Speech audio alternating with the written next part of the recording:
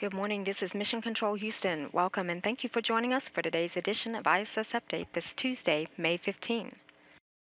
For those of you tuning in now, you're joining us live inside the International Space Station Flight Control Room, where the team has been monitoring the systems aboard the station and supporting the day's activities of the Expedition 31 crew members. Leading the Orbit 2 team here in the Station Flight Control Room today is Flight Director Judd Freeling, and next to him is Kathy Bolt, who is serving as Capcom, relaying all ground messages up to the crew. Topping today's news for the International Space Station, a successful launch of a Soyuz rocket that roared off the launch pad from the Baikonur Cosmodrome on a clear desert day in Kazakhstan.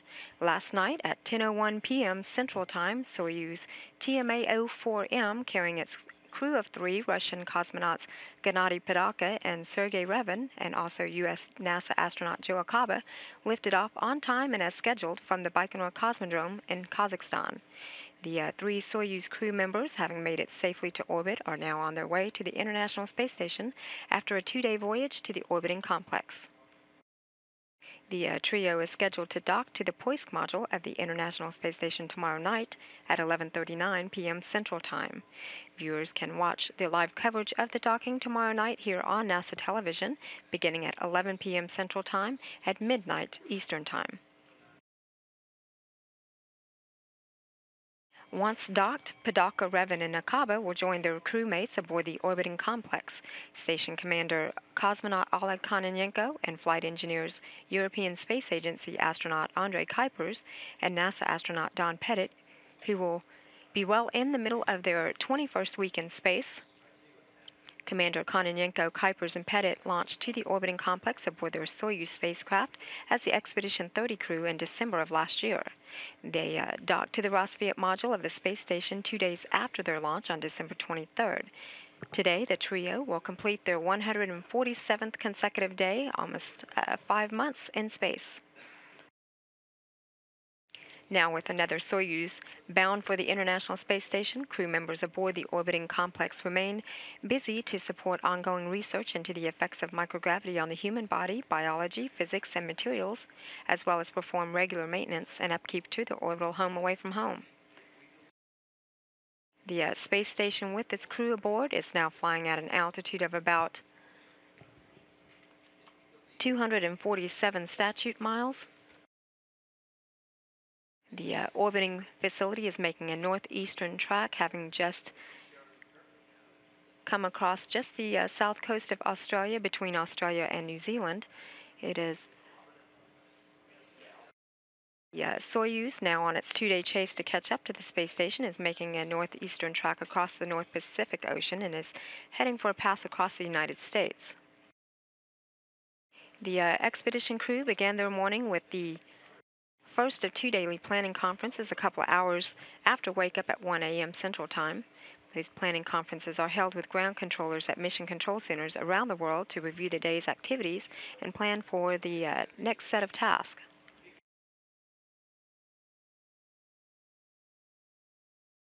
Station Commander Oleg Kononenko is busy conducting a streaming test using the USKU band prior to the arrival of the Soyuz, now en route to the station, while Flight Engineer Andrei Kuipers is conducting an in-flight water processing for chemical and microbial analysis, while Don Pettit is busy with housekeeping maintenance, cleaning filters in the U.S. segment and cleaning the air circulation equipment in the crew quarters.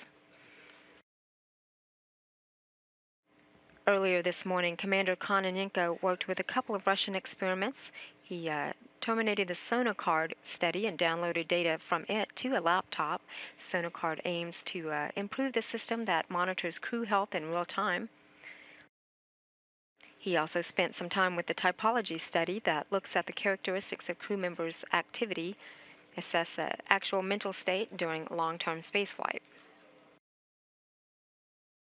Kononenko later spent some time to locate onboard treadmill hardware that is to be returned on SpaceX Dragon. This is the first commercial cargo spacecraft that is scheduled to launch at the end of this week on May 19 and arrive at the space station later this month.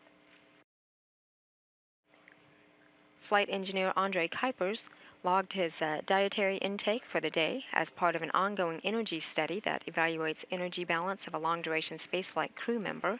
He spent much of his day working to collect potable water supplies or samples, conducting analysis using the total organic carbon analyzer to ensure the onboard potable water supply is safe for cruise consumption, as well as working with the environmental health system microbial capture devices experiment.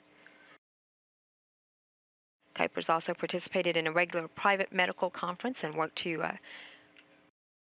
transfer supplies and cargo from the European Space Agency, docked an automated transfer vehicle that arrived at the station on March 28.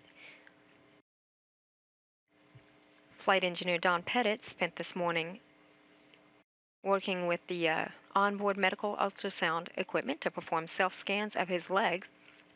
This is part of an ongoing study known as SPRINT that looks at how exercise counteracts the negative effects of the microgravity on the human body. Pettit provided input to the ongoing journal study. Then he worked to reconfigure the temperature and humidity control common cabin air assembly, also known as the station's air conditioner, in the lab.